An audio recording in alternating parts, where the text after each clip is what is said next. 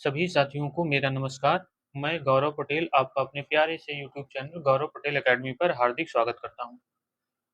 आज हम लोग पर्यावरण के तहत जो 10 क्वेश्चंस की सीरीज चल रही थी यूपी टेट में, उसी को आगे बढ़ाएंगे और जो क्वेश्चन आएंगे उनसे जो भी रिलेटेड चीज़ें होंगी, कोशिश करेंगे कि अच्छे से अच्छे आपको बता करके आपकी परीक्षा की तैयारी को और बेहतर किया जा सके। तो चलिए शुरू करते हैं। सबसे पहला क्वेश्चन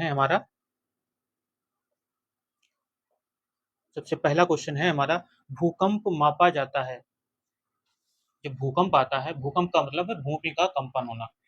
नापा जाता है तो क्या होता है, किससे मापा जाता है? ऑप्शन ए रेन गेज से, बी डेसिबल से, सी रिक्टर पैमाने पर, या डी न्यूटन में।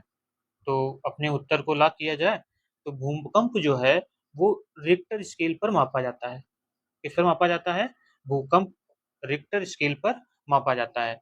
भूकंप के बारे में जान लिया। अच्छा, भूकंप सबसे ज्यादा पूछा जाए कहाँ पर आते हैं, तो भूकंप जो है सबसे ज्यादा परिप्रशांत महासागरीय पेटी है। परिप्रशांत महासागरीय पेटी, वहां पर सबसे ज्यादा क्या आते हैं? भूकंप आते हैं। ठीक है। और इसी क्षेत्र में जापान जैसे देश भी पड़ते हैं, तो जापान में आपने सुना होगा कि भूकंप बहुत ही ज्यादा आते हैं। और भारत में भूकंप का क्षेत्र कहाँ पर है? तो भारत में जो भूकंप का क्षेत्र है, ये हिमालय पर्वत वाला जो रीजन है, वहां पर भूकंप आने की सबसे ज्यादा संभावना रहती है।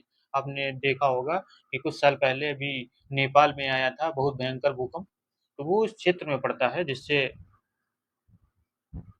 भूकंप आने की संभावना बन।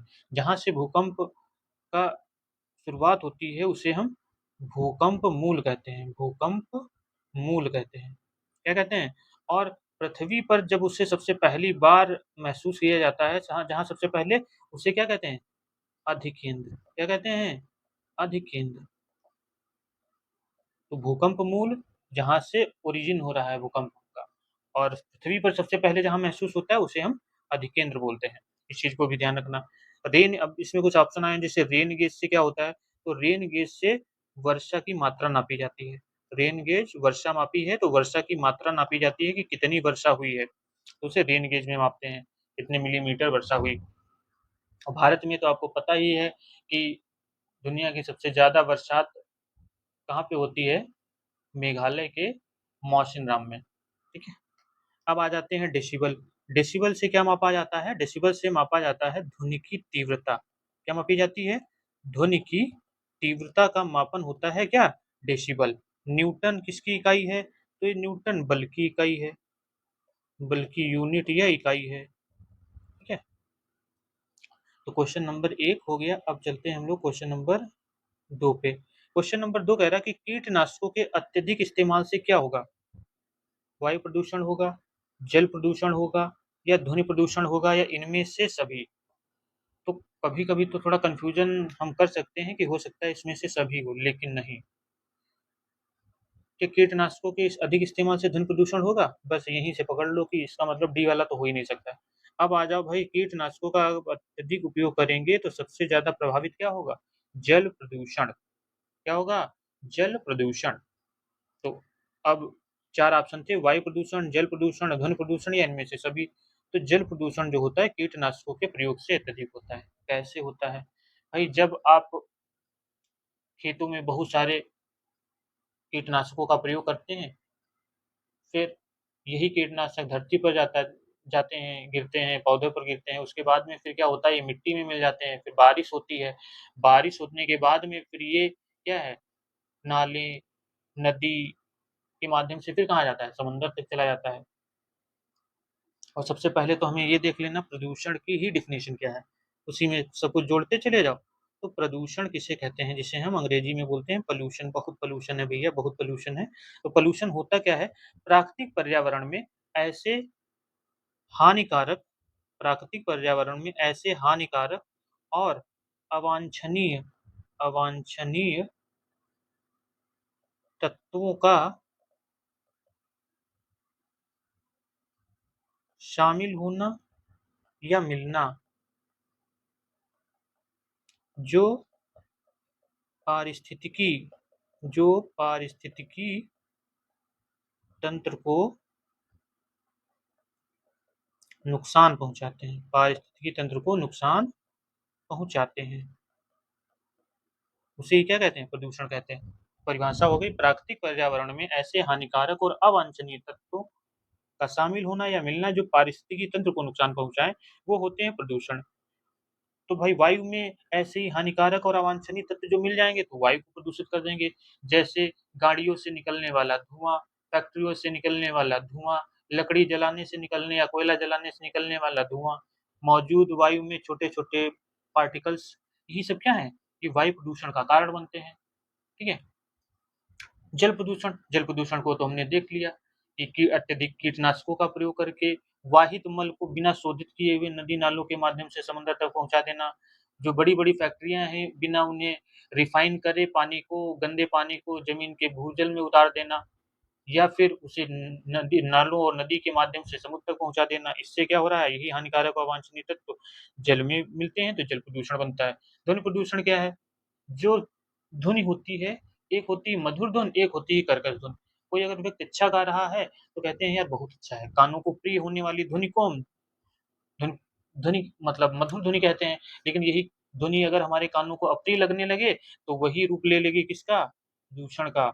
या उसमें ध्वनि की जो तीव्रता हो या मात्रा हो वो अधिक हो, उसमें भी मान लीजिए जैसे शोर शराबा होगा तो उससे हमारा क्या होता है, ध्वनि प्रदूषण। ध्वनि प्रदूषण से भी बहुत सारे नुकसान है। इसमें छोटे छोटे जीव जो होते हैं वो खत्म हो जाते हैं, जो सूक्ष्म जीव बोले जाते हैं, अत्यधिक उनको कहते हैं ध्वनि सहन नहीं होती है। तो प्रकृति में हर जीव का अपना अपना महत्व है। लेकिन वायु प्रदूषण, जल प्रदूषण, मृदा प्रदूषण, मृदा प्रदूषण भाई कैसे हो रहा है, मिट्टियों में पड़ने वाले उर्वरक, मिट्टियों में पड़ने वाले मिट्टियों में खड़ी खड़ी हुई जो फसल होती है उसमें बहुत सारी दवाइयां पड़ती हैं, उससे भी क्या हो रही है, मिट्टी खराब हो रही है, तो उससे मृदा प्रदूषण हो रहा है। हर चीज कहीं ना कहीं से प्रदूषित है। और देश की स्थिति तो एकदम ही खस्ता हालत में चली जाती है गर्मियों के समय या सर्दियों के समय, क्योंकि प्रदूषण का स्तर हमारे जितने भी बड़े शहर हैं सब में प्रदूषण का स्तर अपने उच्च स्तर पर आता है। आप जो वर्ल्ड की इंडेक्स आती है उसमें प्रदूषण की जब लिस्ट पाएंगे तो सबसे ऊपर 1 से 10 में 2-4 शहर भारत के ही मिलेंगे। तो कंडीशन बहुत खराब है। और स्वस्थ पर्यावरण अगर हमारे पास नहीं है तो हम अपने जीवन को जल्दी ही समाप्त कर लेंगे, क्योंकि बहुत सारी समस्याएं शरीर में होने लगती हैं इन प्रदूषण की वजह से ही। तो क्वेश्चन नंबर 2 को भी हमने क्या कर लिया, कंप्लीट। अब आ जाओ भाई, क्वेश्चन है हमारा कि महासागरों में जल स्तर वृद्धि का कारण है क्या, अत्यधिक वर्षा है, अम्ल वर्षा है, या ध्रुवीय प्रदेश में बर्फ का पिघलना है, या इनमें से कोई नहीं। तो महासागर में जो जल वृद्धि हो रही है उसका सबसे अधिक कारण है ध्रुवीय प्रदेश में बर्फ का पिघलना। आपने देखा है क्या, पृथ्वी है ये, पृथ्वी ये पे ये जीरो अक्षांश है जिसे भूमध्य रेखा कहते हैं या विषुवत रेखा कहते हैं, अंग्रेजी में इसे इक्वेटर कहते हैं। दो ध्रुव हैं, एक उत्तर वाला उत्तरी ध्रुव और दक्षिण वाला दक्षिणी ध्रुव। ये बहुत ठंडे प्रदेश हैं, यहाँ आर्कटिक है और यहाँ क्या है, अंटार्कटिक है, अंटार्कटिक या अंटार्कटिका। तो होता क्या है कि पृथ्वी पर जो ग्रीन हाउस गैसें हैं, जैसे क्लोरोफ्लोरोकार्बन, मीथेन, कार्बन डाइऑक्साइड, पृथ्वी पर पाई जाने वाली ओजोन, नाइट्रस ऑक्साइड, ये सब क्या हैं, ये सब ग्रीन हाउस गैसें हैं। तो ये जो सूर्य की गर्मी है उसको तो पृथ्वी पर तो आने देती हैं, लेकिन जब सूर्यास्त होता है तो उसके बाद ये एक लेयर वायुमंडल में क्रिएट कर लेती हैं, जिससे पृथ्वी की जो गर्मी है, जो विकिरण के द्वारा पृथ्वी ठंडी होती है, तो उस ठंडक को होने के लिए ये जो गैसें हैं, ग्रीन हाउस गैसें, वो रोक लेती हैं, जिससे पृथ्वी का तापमान क्या हो रहा है, धीरे धीरे बढ़ रहा है। उसी को क्या बोलते हैं, वैश्विक तापन, वैश्विक तापन। और आपने शब्द तो खूब ही सुना होगा, ग्लोबल वार्मिंग क्या है, तो यही गैसें ग्लोबल वार्मिंग में प्रमुख स्थान रखती हैं। और होता क्या है कि जब ये बर्फ है, आप बर्फ जैसे फ्रिज से ही निकालते हैं, जैसे ही हवा के माध्यम में आती है, गर्मी पाती है, क्या होती है, पिघलने लगती है। ये पृथ्वी के ध्रुवों पर जो जमी हुई बर्फ है, या हिमालय जैसे पर्वतों पर जो जमी हुई बर्फ है, पृथ्वी जब गर्म होती चली जाएगी तो यही बर्फ क्या होगी, पिघलेगी। और पिघलेगी तो नदियों के माध्यम से कहाँ जाएगी, समंदर में जाएगी। जो समंदर में जाएगी तो होगा क्या, महासागरों का जल स्तर बढ़ जाएगा। महासागरों का अगर जल स्तर बढ़ गया तो ये ध्यान रखना कि दुनिया में जितने भी तटीय देश हैं, तट लगभग में सबके ही किनारे पड़ता है। जैसे भारत तीन ओर से सागर से घिरा हुआ है, एक तरफ बंगाल की खाड़ी से, दूसरी तरफ अरब सागर से और दक्षिण में हिंद महासागर से। तो हर एक बड़ा देश पानी के किनारे ही है, और वो देश जो पानी के किनारे हैं और जिनका समुद्र तल से स्तर जो है कम है, उनके डूबने के भी चांस होंगे। तो प्रकृति अपना रूप दिखाएगी और उसके जो परिणाम हैं वो सब झेलेंगे। लेकिन ये है कि समय रहते इन चीज़ों पर काम नहीं किया गया तो स्थितियाँ और बिगड़ सकती हैं। तो इस चीज़ को हमने देख लिया। अम्ल वर्षा क्या होती है?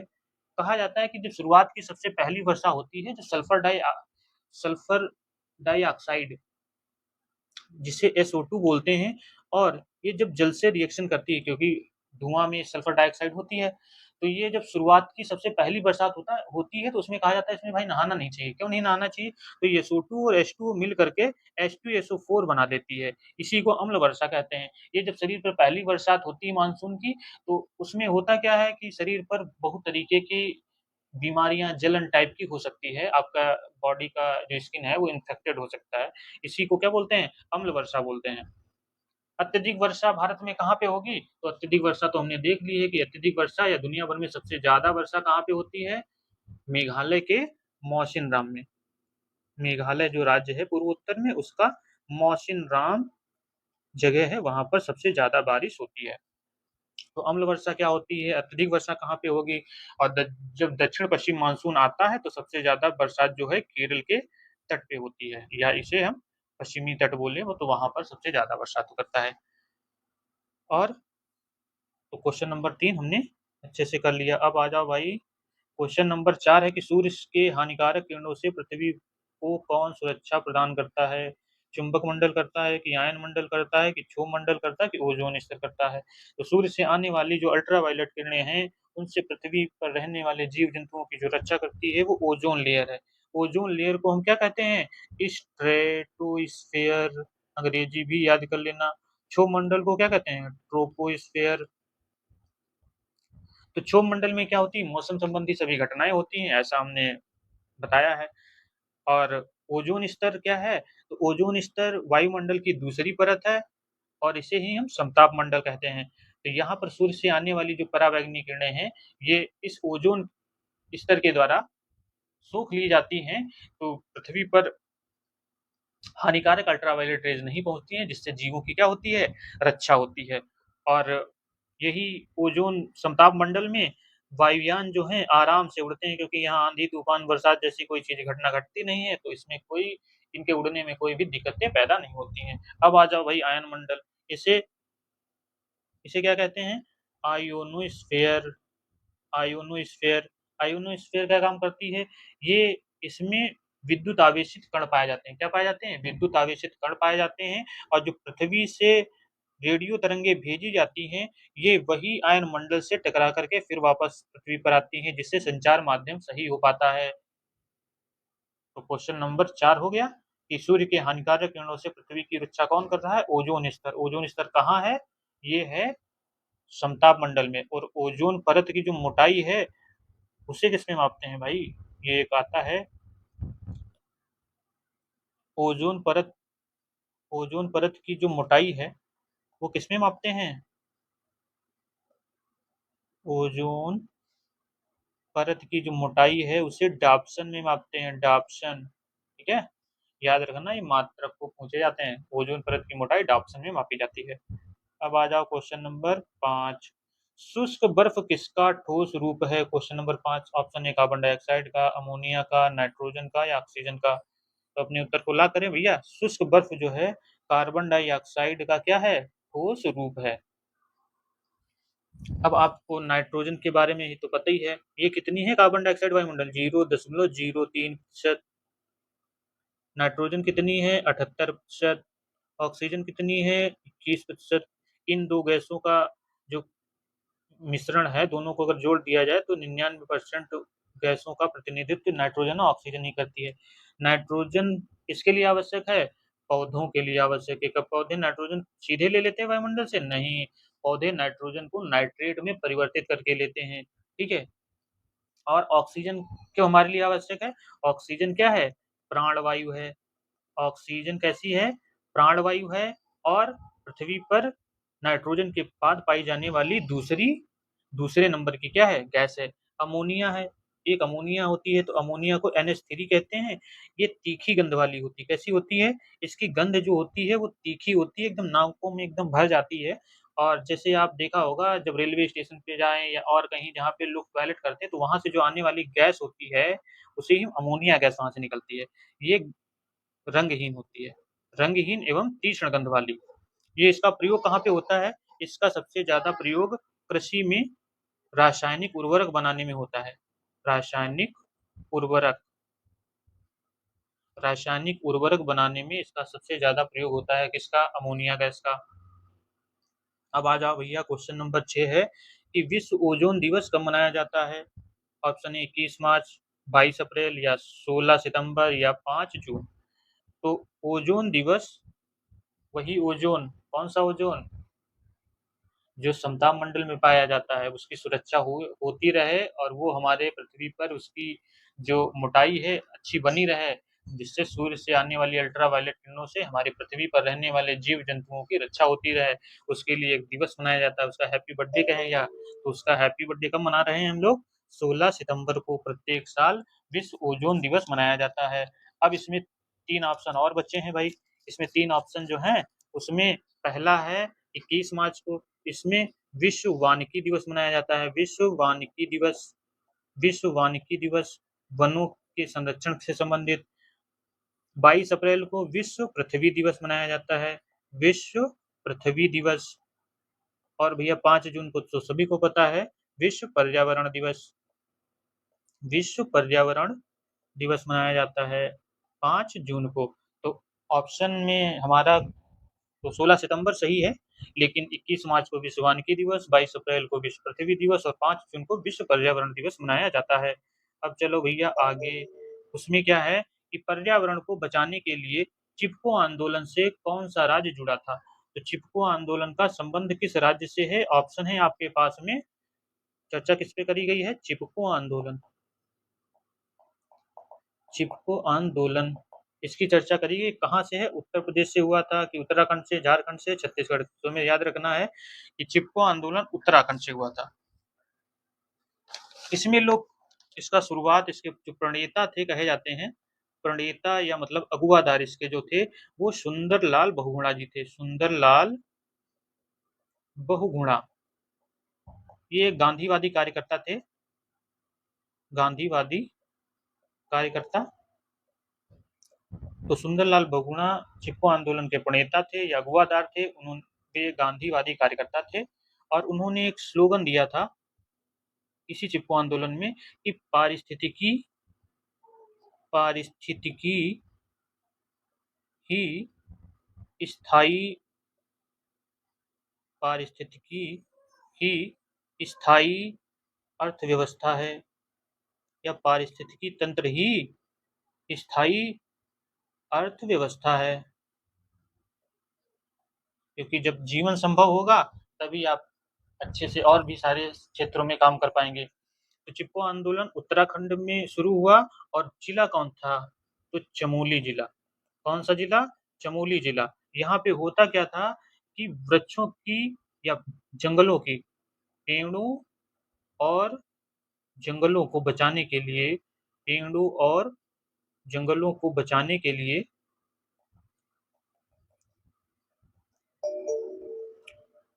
एक अहिंसक आंदोलन हुआ।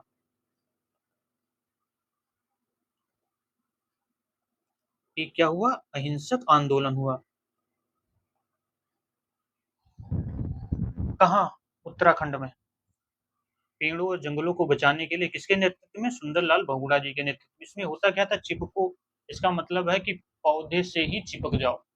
इससे क्या होगा कि लोग पेड़ों को नहीं काटेंगे जो काट रहे थे, इससे हमारे पौधे बच जाएंगे, पेड़ पौधे बच जाएंगे, तो हमारा पारिस्थितिकी तंत्र मजबूत होगा, तो हमारी अर्थव्यवस्था अच्छी रहेगी। इसीलिए उन्होंने पारिस्थितिकी तंत्र ही स्थायी अर्थव्यवस्था है ऐसा स्लोगन दिया। ठीक है, या पारिस्थितिकी ही स्थायी अर्थव्यवस्था है। तो इस चीज को हमने देख लिया। उत्तराखंड में चिपको आंदोलन शुरू हुआ था, इसके प्रणेता सुंदरलाल बहुगुणा जी थे, और इन्होंने, इनके नेतृत्व में लोगों ने एक जन आंदोलन किया। उसमें वो पौधे और पेड़ों से और जंगलों में पे पौधों से क्या होते थे, लिपट जाते थे, जिससे उनसे कटने को बचा लिया, इसे जंगलों को। अब आ जाओ भाई उत्तर प्रदेश। उत्तर प्रदेश में कोई नेशनल पार्क है? हाँ, दुधवा।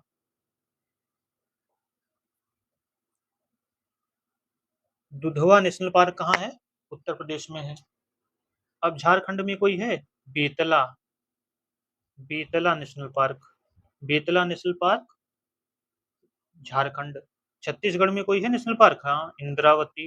Indravati national park. कांगेर घाटी। कांगेर घाटी नेशनल पार्क। और अचान कमार। अचान कमार वन्य जीव अभयारण्य भी कहाँ पे है? छत्तीसगढ़ में। तो क्वेश्चन नंबर 7 हो गया भाई। अब आ जाओ क्वेश्चन नंबर 8 पे।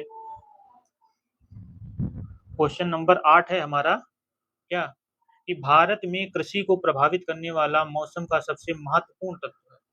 भारत में कृषि को प्रभावित सबसे ज्यादा कौन करता है? वृष्टि करता है कि तापमान करता है कि आर्द्रता करती है कि पवन करता है?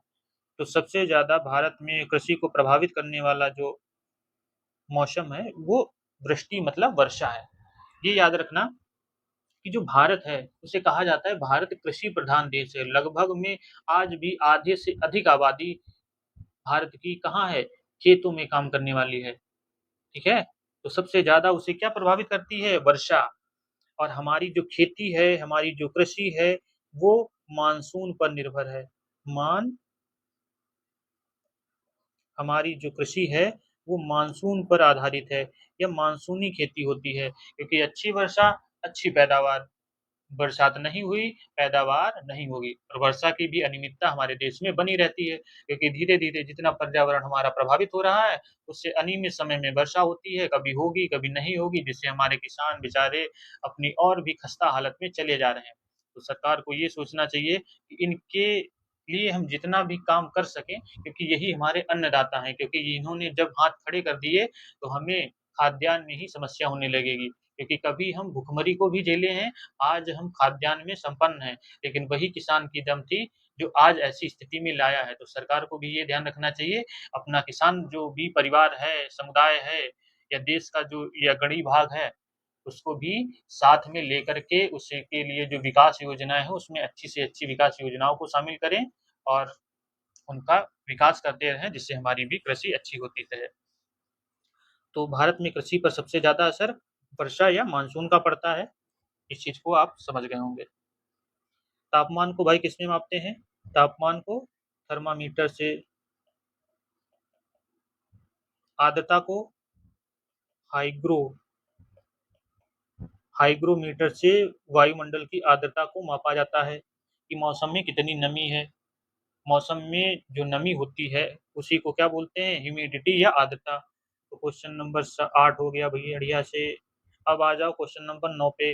वायरस संक्रमण से होने वाला रोग है, कॉलरा है कि मलेरिया है कि टाइफाइड है कि जुकाम है? तो सभी को यार पता है क्या? वायरस, जुकाम। किसी के जुकाम हो जाता है तो कहते हैं यार वायरस ना फैलाओ, हमें भी कर दोगे क्या? इसका मतलब क्या है कि अगर कोई संक्रमित व्यक्ति है, उससे क्या हो गया? जुकाम हो गया, तो आप अगर उसके संपर्क में आ गए तो वो आपको भी क्या होगा? हो सकता है जुकाम हो जाए।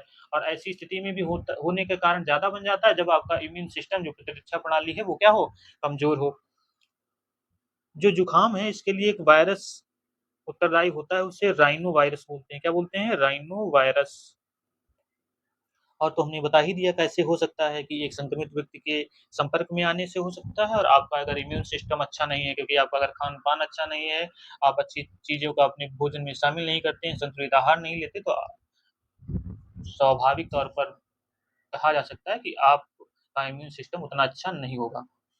अब आ जाते हैं भाई कोलेरा और टाइफाइड में। जो कॉलरा और टाइफाइड रोग होता है ये बैक्टीरिया के माध्यम से फैलता है। कैसा?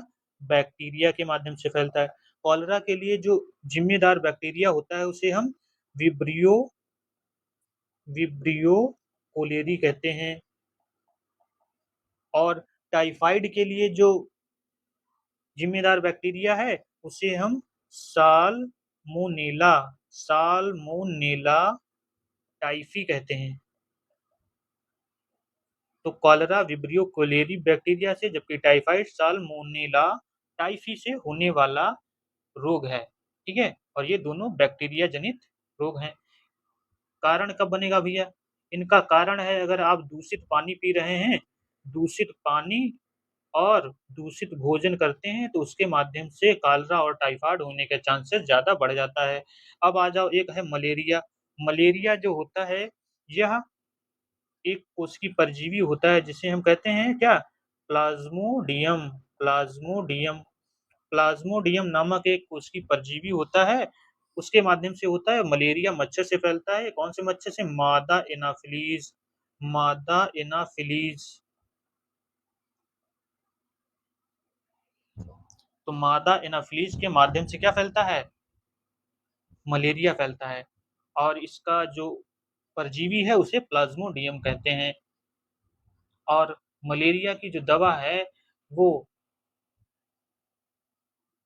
सिनकोना के कुनैन कहाँ से प्राप्त होती है? सिनकोना वृक्ष से। ठीक है? इसके लिए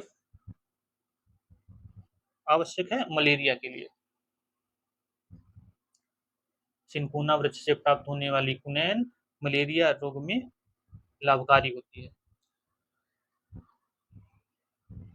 तो क्वेश्चन नंबर हो गया 9।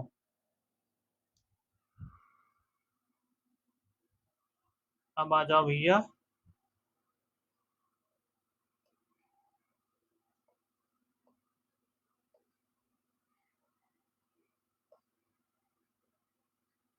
क्वेश्चन नंबर 10 पे। क्वेश्चन नंबर 10 हमारा आखिरी क्वेश्चन है। कह रहा है कि खाद्य श्रृंखला के परस्पर समूह को क्या कहते हैं? खाद्य चक्र कहते हैं, खाद्य जाल कहते हैं, श्रृंखला विक्रिया कहते हैं कि बायोमास का पिरामिड कहते हैं। तो खाद्य श्रृंखला के परस्पर जो समूह होता है उसे हम खाद्य जाल कहते हैं। क्या कहते हैं? खाद्य जाल। Food net. नेट मान्य जाल होता है यहाँ। ठीक। और फूड सीरीज जो होती है उसे खाद्य श्रृंखला कहते हैं। तो खाद्य श्रृंखला क्या होती है? जीवों के बीच जो भोजन और ऊर्जा का प्रवाह होता है वो सीधा होता है। किसमें? खाद्य श्रृंखला में। जीवों के बीच भोजन और ऊर्जा का जो प्रवाह होता है इसमें खाद्य श्रृंखला में कैसा होता है? एक सीधा क्रम में। एक सीधा क्रम में होता है भोजन और ऊर्जा का प्रवाह। किसमें? खाद्य श्रृंखला में। उदाहरण के तौर पर जैसे घास को खाया किसने? प्रचलित उदाहरण है टिड्डा ने। टिड्डा को किसने खाया? मेढक ने। मेढक को किसने खाया? सांप ने। सांप को किसने खाया? चील ने। तो क्या हो रहा है? एक प्रक्रम चल रहा है, सीधा जा रहा है कि भोजन और ऊर्जा का प्रवाह कैसा है? कि सीधा है। तो सीधा है तो खाद्य श्रृंखला कैसा प्रक्रम होगा? सरल संरचना है। खाद्य श्रृंखला सरल संरचना है। और कैसी है? कम स्थिर है। मतलब स्थिर का मतलब है कम टिकाऊ है। इसका मतलब है कि अगर टिड्डा घासे पर निर्भर रहे या मेढक टिड्डा पर ही निर्भर रहे तो ऐसी स्थिति में कभी भी मेढक के समय संकट उत्पन्न हो सकता है। और इसलिए खाद्य श्रृंखला सरल संरचना होती है, उसमें स्टेबिलिटी कम होती है। लेकिन यही खाद्य जाल अगर हो जाए तो खाद्य जाल क्या हो गया? इसकी परिभाषा ऊपर ही लिखी। खाद्य श्रृंखला के परस्पर समूह को ही क्या कहते हैं? खाद्य जाल कहते हैं। मतलब जिसमें एक खाद्य श्रृंखला नहीं, कई खाद्य श्रृंखलाएं चलती हैं, उसी के परस्पर समूह को हम क्या कहते हैं? खाद्य जाल कहते हैं। खाद्य जाल अच्छा होता है। अगर यहाँ पर ये सरल संरचना है तो ये खाद्य जाल कैसी होगी? जटिल संरचना होगी। कैसी होगी? जटिल संरचना होगी। स्टेबिलिटी इसमें स्थिरता अधिक होगी। स्थिरता स्थिरता क्या होगी? अधिक होगी। क्यों? अब जैसे हम मान लीजिए हम हैं मानव और हम शाकाहारी हैं। शाकाहारी चीजों का ही हम क्या करते हैं? अपने भोजन में इस्तेमाल करते हैं। लेकिन एक ऐसा समय आया कि उसमें शाकाहारी जो भोजन था उसकी जो मात्रा थी वो सीमित होती गई और धीरे धीरे खत्म हो गई। तो हम क्या करेंगे? हम तो खाते थे, खाली शाकाहारी थे तो साग सब्जी ही खाते थे। तो हमारी जो खाद्य श्रृंखला है वो गड़बड़ा जाएगी और हम जीवन के पृथ्वी के जीवन चक्र में अपने को समायोजित नहीं कर पाएंगे। लेकिन वही व्यक्ति जो शाकाहारी भी है, मांसाहारी भी है, या कह लें सर्वाहारी भी है, कुछ मिल जाए खा लो। कुछ मिल जाए खा लेने वाले के लिए क्या है कि साग सब्जी नहीं है, चलो मांस पे जुट जाओ, मांसाहारी बन जाओ, मांसाहारी खा रहे हैं। तो इसका मतलब क्या है कि उन्होंने अपने शरीर को इस तरीके से मेंटेन कर लिया है अपनी श्रृंखला को कि कैसी भी परिस्थिति हो हम उसमें ढल जाएंगे। लेकिन जो वो पूरी तरीके से मजबूर नहीं, हम खाएंगे तो सब्जी हरी और हरी सब्जी नहीं रही तो फिर आप भी नहीं रहेंगे। इसलिए कहा जाता है कि खाद्य श्रृंखला जो है अच्छी होती है, किसके कंपैरिजन में? नहीं, खाद्य जाल अच्छा होता है। सॉरी अगर कहीं से गलती से चीज़ें निकल गई हों, क्योंकि हम बोलने का सही प्रयास कर रहे हैं कि खाद्य जाल अच्छा होता है खाद्य श्रृंखला की तुलना में। तो अगर भविष्य में अपने को स्टेबल बनाना है, तो खाद्य जाल में आपको परिवर्तित होना पड़ेगा। जाल का मतलब वही, जैसे मच्छरदानी देखें, उसमें एक से एक चीज़ें पिरोई रहती हैं, वो जाल देख लीजिए, चाहे मछली पकड़ने वाला जाल देख लीजिए। जाल है तभी मछली आ रही हैं। एक सीधी रेखा में ही धागे होते तो क्या मछली उसमें फँसती? नहीं फँसती। तो आशा और उम्मीद करते हैं भाई इस 10 क्वेश्चन को आपने अच्छे से कर लिया होगा। फिर आपसे कह रहे हैं भैया अपने परिवार को धीरे-धीरे आगे बढ़ाते रहिए। नहीं सब्सक्राइब करे हैं तो सब्सक्राइब कर लीजिए, कमेंट करिए, शेयर करिए और बताइए कि कहाँ पे अगर कमी रह रही है तो उसको थोड़ा सुधारा जाए। तो आशा और उम्मीद करते हैं कि ये 10 क्वेश्चन आपने बहुत अच्छे से कर लिए हैं और इसी के साथ अपनी क्लास को हम समाप्त करते हैं। सभी का धन्यवाद।